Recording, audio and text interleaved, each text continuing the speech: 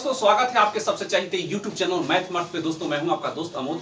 Friends, आज हम लोग परसेंटेज ही पढ़ेंगे और परसेंटेज के कुछ इंपॉर्टेंट क्वेश्चन को ही पढ़ेंगे जो सभी कॉम्पिटिटिव एग्जाम के लिए इंपॉर्टेंट है। तो आइए स्टार्ट करते हैं। फ्रेंड्स, फर्स्ट क्वेश्चन है, एक व्यक्ति अपनी आय का 1/5 भाग पत्नी को, शेष का 2/7 भाग बड़े बेटे को तथा शेष का 1/4 भाग अपने छोटे बेटे को देने के बाद भी 900 रुपया बचा लेता है। तो अब बताना है कि उस व्यक्ति की आय कितनी है। ओके, तो अगर स्टार्ट के अगर क्वेश्चन आते हैं तो हम क्या करेंगे, जरा ध्यान से सुनिएगा। पहले ये बताइए फ्रेंड्स कि वह सब कुछ देने के बाद, ठीक है, अपने पत्नी को देता है, फिर शेष का अपने पत्नी के देने के बाद जो शेष बचता है उसका 2/7 भाग अपने बड़े बेटे को देता है, फिर जो बचता है उसके शेष का 1/4 भाग अपने छोटे बेटे को देता है। ठीक है, इतना कुछ सब कुछ देने के बाद भी उस व्यक्ति को 900 रुपया बच जाता है। तो यह पूछ रहा है कि उस व्यक्ति की आय कितनी थी, यानी इसका उस व्यक्ति का इनकम क्या था, ये आपसे पूछा जा रहा है। ओके फ्रेंड्स, तो एक बात बताइए, हमें आगे का पूछा जा रहा है कि पीछे का पूछा जा रहा है, ये डिसाइड आप कर लीजिए। तो ये पीछे का पूछा जा रहा है, उसका इनकम क्या था, ये हमसे पूछा जा रहा है। अगर पूछता कि शेष कितना बच रहा है तो डायरेक्ट हम सीधा, क्योंकि आगे का पूछता है तो डायरेक्ट हम सीधा गुना करते हैं, अगर पीछे का पूछे तो उल्टा गुना करते हैं। तो यहां तो फ्रेंड्स पूछ रहा है कि उसकी आय क्या है, यानी पहले, यानी स्टार्ट उसका इनकम क्या है, ये आपसे पूछा जा रहा है। ओके, तो बात आप समझ गए होंगे फ्रेंड्स। अब तो करंट पैसा उसके पास कितना है, चाहे करंट पैसा को छोड़ दीजिए, एक बात बताइए, 1/5 भाग अपनी आय का 1/5 भाग पत्नी को देता है। अब बताइए कि उसका इनकम अगर कुछ रुपया है तो उसका 1/5 भाग अगर अपनी पत्नी को दे दिया तो उसके बाद कितना बच गया, ये बताइए। अरे मेरे भाई, 1/5 भाग, ठीक है, 1/5 भाग अपनी पत्नी को दे दिया तो उसके पास कितना बच गया, यानी क्या करना है, माइनस कर लेना है। ठीक है, तो 5 में से 1 घटा लेंगे तो क्या हो जाएगा, 4/5, 4/5, यानी 4/5 बच गया। जब 1/5 भाग अपनी पत्नी को दे दिया तो अब उसके पास कितना बचा, 4/5 पूछा। और ध्यान देना है कि हमें आगे का पूछ रहा है कि पीछे का पूछ रहा है। तो यहां तो आय पूछ रहा है आपसे, यानी पहले का पूछ रहा है, तो उल्टा गुना करेंगे, यानी ये हो जाएगा 5/4। ओके फ्रेंड्स, मल्टीप्लाई का साइन देंगे। ठीक है, अब उसके बाद कहता है शेष का 2/7, तो शेष तो यही ना है 5/7, इसका 2/7 भाग, ठीक है, इसका 2/7 भाग अपने बड़े बेटे को देता है। जब अपने बड़े बेटे को 2/7 भाग दे दिया तो बचा उसके पास कितना, तो 2/7 भाग, यानी शेष का 2/7 भाग अपने बड़े बेटे को दे दिया तो शेष कितना बचा, तो माइनस कर लेंगे, 7 में से 2 गया 5, यानी 5/7। और पहले का यानी उसका इनकम पूछा जा रहा है, उसका इनकम क्या है, तो उल्टा गुना करेंगे। ठीक है, तो ये हो जाएगा 7/5। ओके, चलिए नेक्स्ट बात, फिर कहता है कि शेष का 1/4 भाग अपने छोटे बेटे को दे देता है। ठीक है, तो 1/4 भाग 1/4 भाग अपने छोटे बेटे को दे दिया तो बच कितना गया, शेष का 1/4 भाग अपने छोटे बेटे को दे दिया तो उसके पास बचा क्या, तो माइनस कर लेंगे, 4 में से 1 को क्या कर लेंगे, माइनस कर लेंगे, तो ये 3/4 हो जाएगा। और पहले का पूछ रहा है तो इसका भी उल्टा ही गुना करेंगे, सबका उल्टा गुना करेंगे। क्यों उल्टा गुना करेंगे, क्योंकि हमसे इनकम पूछा जा रहा है कि उस व्यक्ति का इनकम क्या है, आय क्या है, ये आपसे पूछा जा रहा है, इसलिए हम उल्टा गुना कर रहे हैं। ठीक है, इतना कुछ करने के बाद उसके पास 900 रुपया बच जाता है, तो 900 से हम मल्टीप्लाई कर लेंगे। ओके, चलिए ये बात आप समझ लीजिए।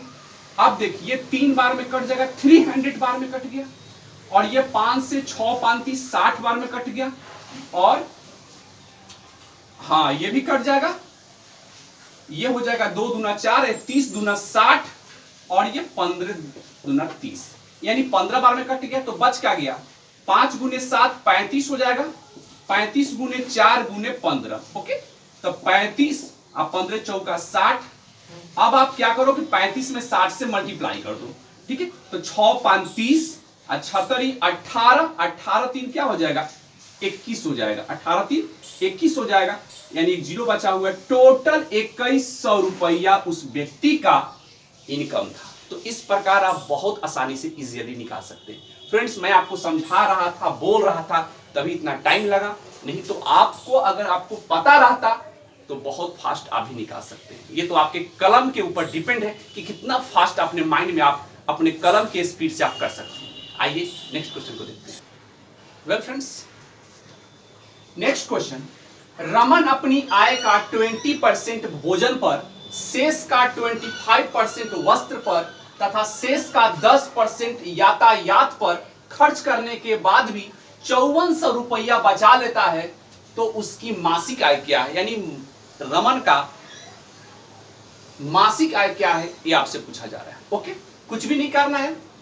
ये बात सबसे पहले आपको फ्रेंड्स, मेरी बात को सुनिए, सबसे पहले आपको समझना है कि यह हमसे जो पूछा जा रहा है, इनकम जो पूछा जा रहा है, वह शेष जो बचता है वो पूछ रहा है या पहले का पूछ रहा है, ये ध्यान देना।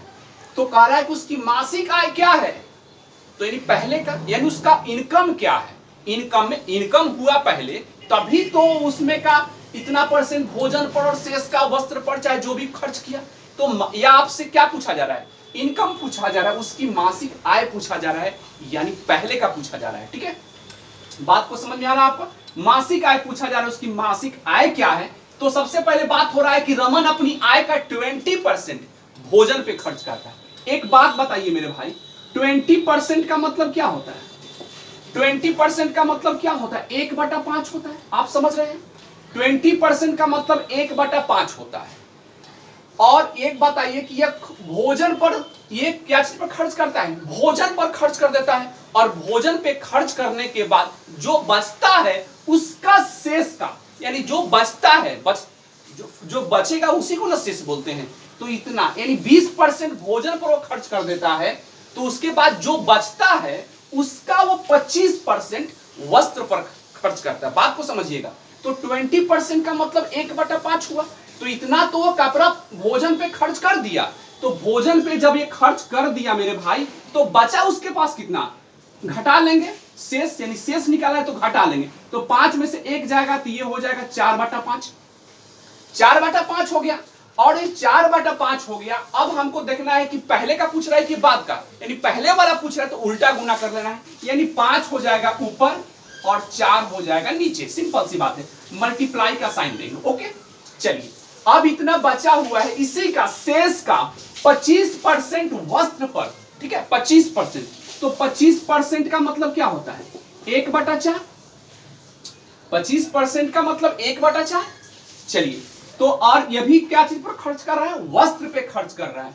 तो वस्त्र पे खर्च कर दिया, तो शेष कितना बचा? घटा लेंगे, तो ये 3/4 हो गया। ओके, और मुझे इनकम पता करना है, आय यानी पहले का इनकम पता करना है। तो उसका इनकम क्या था, तो उल्टा गुना करेंगे, 4/3 हो जाएगा। ओके, चलिए नेक्स्ट, मल्टीप्लाई का साइन देंगे। उसके बाद कहता है शेष का 10% यातायात पर खर्च करता है।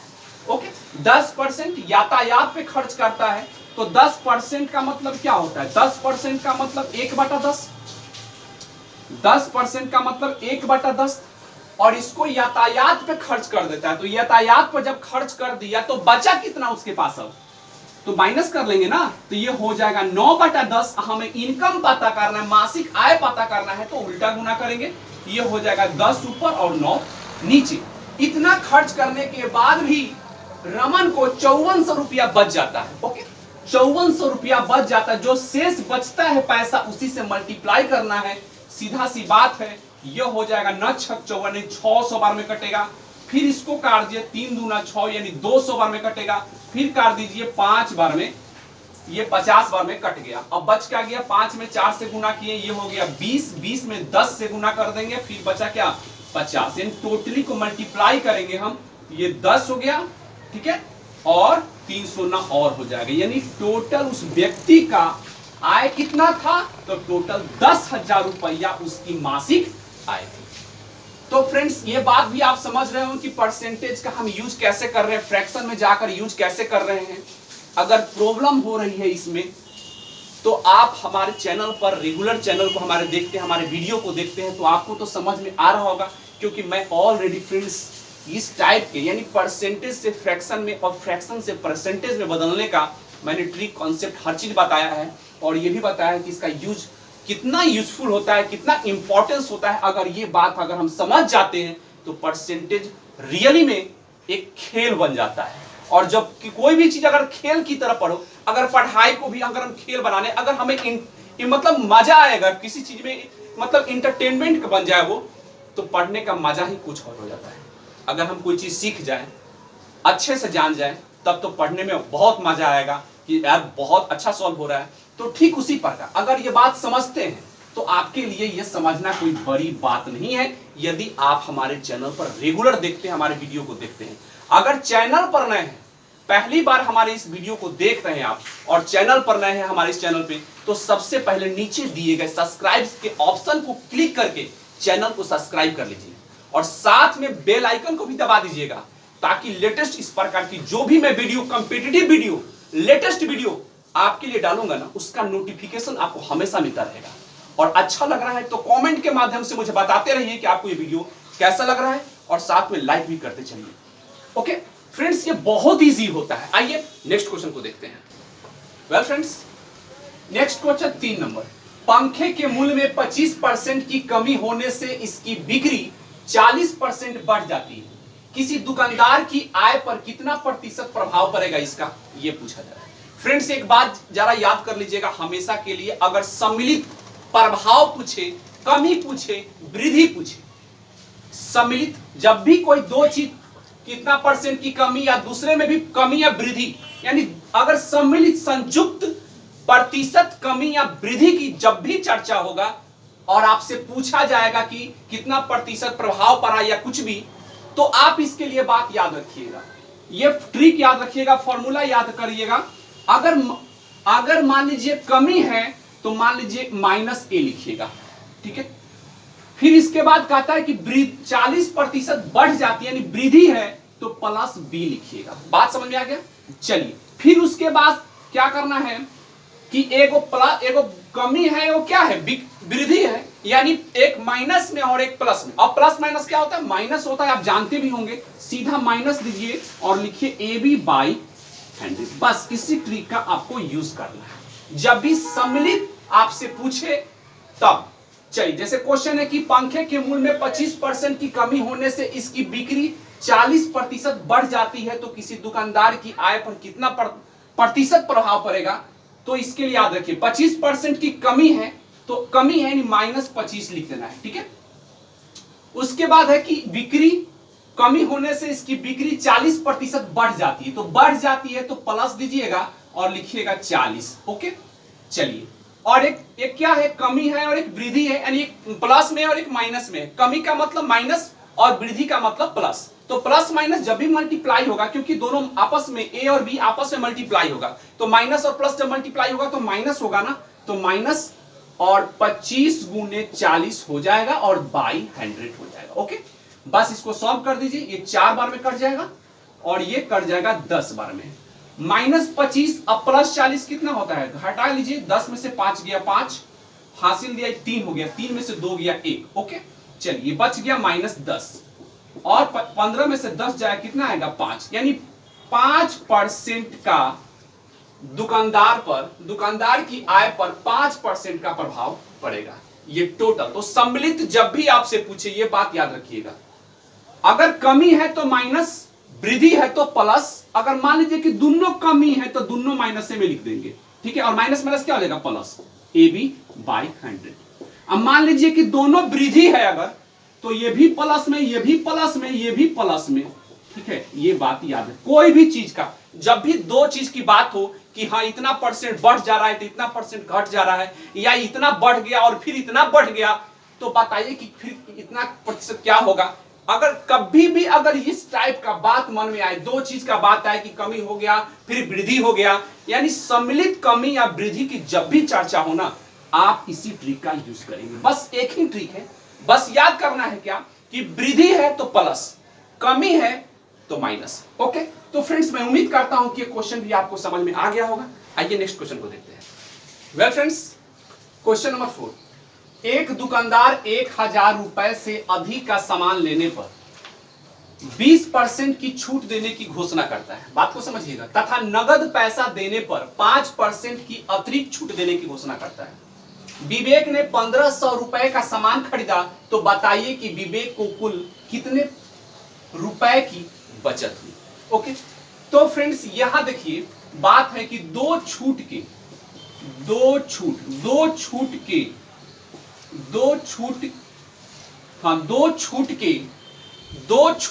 बात को समझिएगा, दो छूट के बराबर एक छूट, दो छूट के बराबर एक छूट का यहां चर्चा है।